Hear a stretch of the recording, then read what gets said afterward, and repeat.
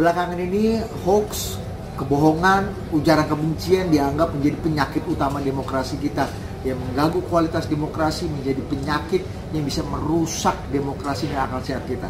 Tapi apakah betul itu merusak atau justru sebaliknya? Itu cuma jadi bunga-bunga demokrasi, menjadi bagian dari penyaluran kebebasan berpendapat kita.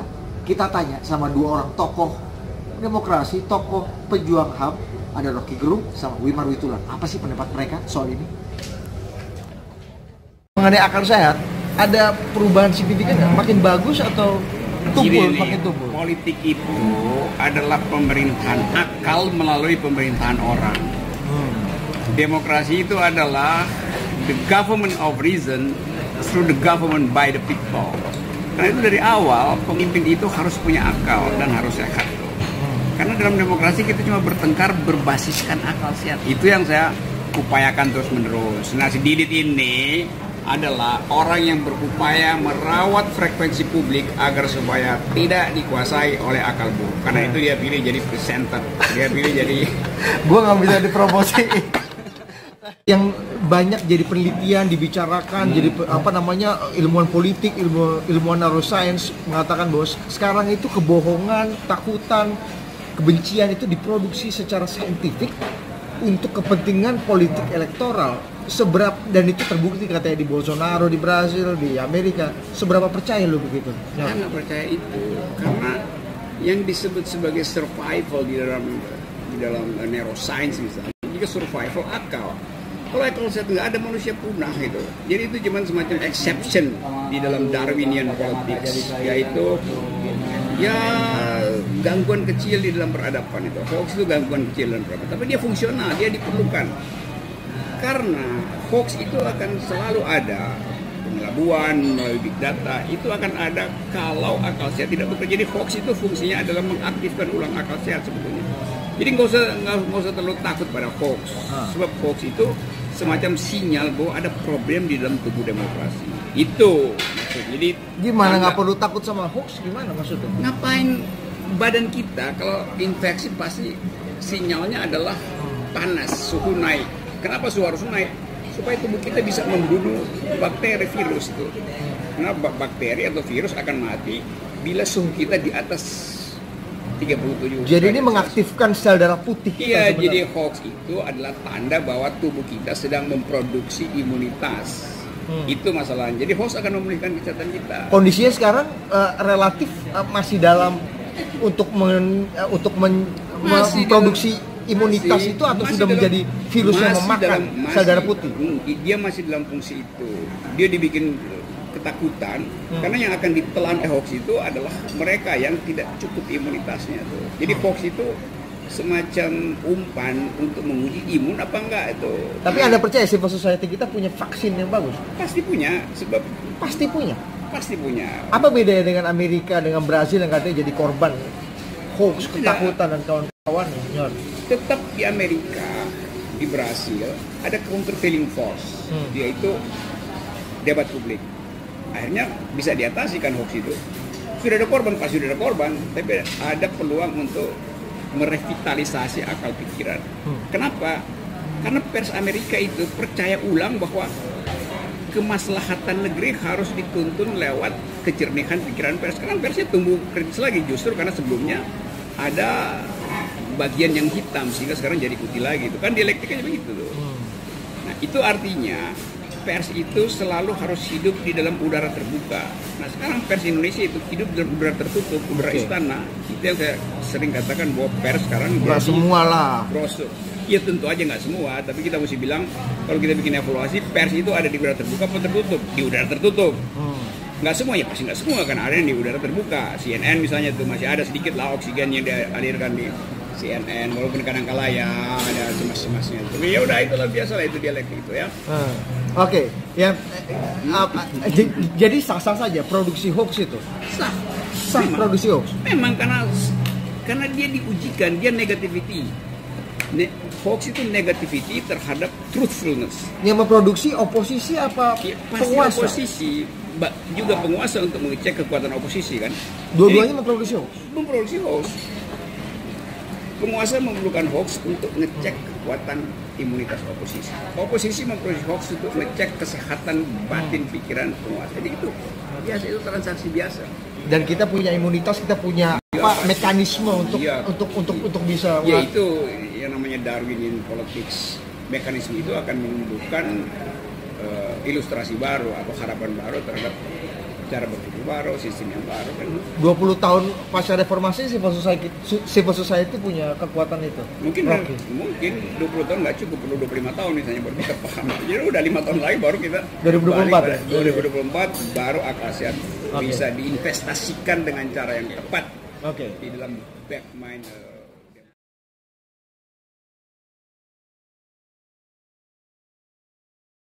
Tadi tuh, gimana sih katanya hoax itu ternyata nggak jelek-jelek amat buat demokrasi. Belakangan ini kan kita takut sekali sama hoax. Wewe sendiri gimana komentarnya? Saya menganggap hoax itu bukan alat demokrasi, tapi alat untuk merusak demokrasi. Itu sudah kita lihat di Indonesia 2014 hampir rusak, Indonesia 2016 rusak, di Amerika rusak, di Inggris rusak. Jadi banyak demokrasi yang dirusak oleh hoax. Yang menyatakan hoax itu bagus, orang yang dibayar untuk membuat hoax. Buat dia nggak rusak. Tadinya dia nggak diperhatikan, sekarang dapat panggung. Tadinya nggak dapat uang, sekarang banyak dapat uang. Jadi untuk orang yang melakukan hoax, ini sangat menguntungkan. Tadinya nggak didatangin, sekarang ditanya-tanya. Demokrasi memang nggak membutuhkan hoax? Enggak dong, demokrasi memerlukan suara sehat. Kadang-kadang kan kalau analogi di tubuh gini kita harus masukin vaksin misalnya untuk membuat tubuh kita, merangsang tubuh kita untuk bikin antibodi untuk melawan penyakit itu. Banyak yang menganalogikan hoax itu seperti itu gitu, asal takarannya pas gitu. Orang bisa pakai obat perangsang untuk meningkatkan kemampuan seks misalnya, bukan berarti itu seksnya sehat. Itu akan tidak rasional dan mungkin kalau nggak tahan badannya akan sakit. Jadi hoax itu akan merusak tubuh akhirnya. Sebagai orang yang banyak membaca, banyak melihat, punya experience pengalaman demokrasi yang bertahun-tahun gitu ya Wewe. Kalau kita bicara hoax, Wewe tadi bilang di Amerika, di Inggris, di Brazil, di Indonesia itu seperti apa? Daya rusaknya itu seperti apa? Membuat orang tuh tidak bisa berpikir sehat. Dan orang bodoh dikasih informasi bodoh makin bodoh. Nantinya dia nggak bisa jadi pinter lagi. Jadi orangnya akan kerdil pertumbuhannya. Dan dia akan mendapat orientasi yang salah. Dia baru sadar kalau sudah kelihatan kerusakannya. Orang misalnya hidup sekarang banyak ketidakpuasan, banyak ini itu, tapi ada juga yang dia puas. Dia bisa ke kantor naik Grab, naik ojek, atau nanti naik MRT, dia bisa makan di warteg segala. Tapi satu saat MRT itu berhenti, sistem ojek dihapuskan. Banyak yang dia lihat, loh kok jadi hilang semua? Ya karena kita minta itu dihentikan. Karena ada orang yang bilang kita jangan berinteraksi secara internasional, dan ada orang yang menyebarkan hoax bahwa Indonesia itu harus diselamatkan. Kebanyakan itu hoax itu diproduksi untuk secara sistemik, memakai program, memakai keilmuan, atau memang sporadis aja. Ya orang seneng aja kali nyebar viral yang bohong misalnya, atau ngebohongin orang. Gimana menurut lo? Itu terorganisir. Di Bolivia itu ada, atau sebutkanlah satu negara Amerika Latin, ada orang ketinggalan di dalam polling itu sampai 26%. Lalu untuk mengejarnya dia panggil ahli dari Amerika yang juga memenangkan pemilu untuk Bush, untuk Trump, dan untuk kandidat-kandidat di Amerika bagian selatan. Ilmunya adalah ilmu PR-nya politik itu.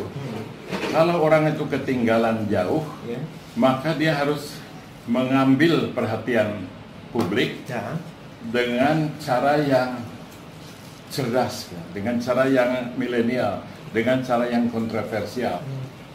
Bikin aja berita salah, nanti juga bisa dikoreksi.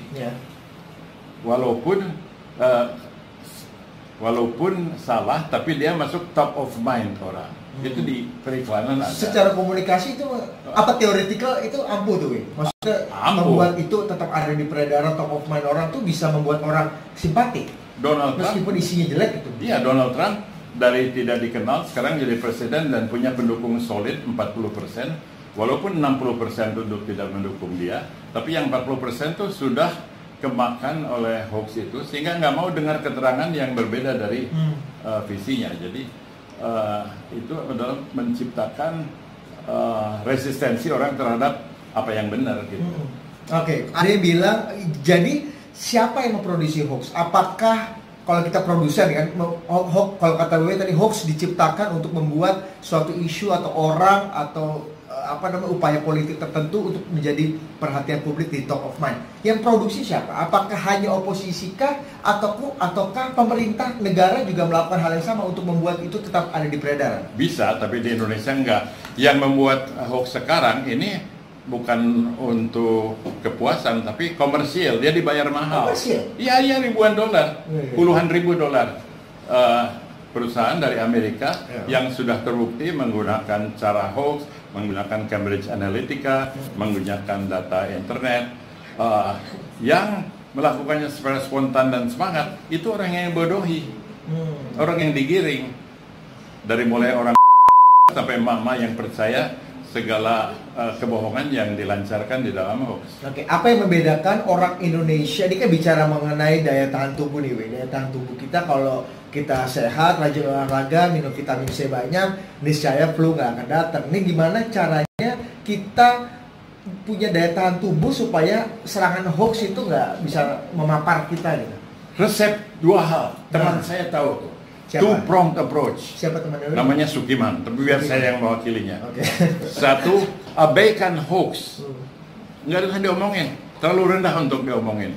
Karena orang-orang bicara hoax itu cuma cari glamour, cari peran. Dia sudah kehabisan peran, dia mencari peran di sosial media dan di media. Abaikan hoax, konsentrasi pada memilih. Bawa orang untuk memilih sebanyak mungkin, karena pemilihan itu akhirnya ditentukan oleh pemilih, oleh suara pemilih. Oke. Jadi elections are won at the ballot box, not in the social media, not in the demo, not on the siaran TV. Enggak. Satu orang, satu suara nyoblos. Itu yang akan mematikan virus itu. Kita udah dengar tadi kan pendapat dari Rocky dan Wimar soal hoax, ujaran kebencian atau apapun lah. Saya nggak mau menyimpulkan karena Budi Adiputro hanya menyajikan masakannya. Anda yang akan pilih menunya, mau tunjang, mau paru atau mau ayam goreng, terserah Anda. Tapi saya, Anda, kita semua punya tanggung jawab untuk menjaga kualitas demokrasi Indonesia supaya nggak semakin sempit, nggak semakin sensitif dan tetap berkualitas. Ciao.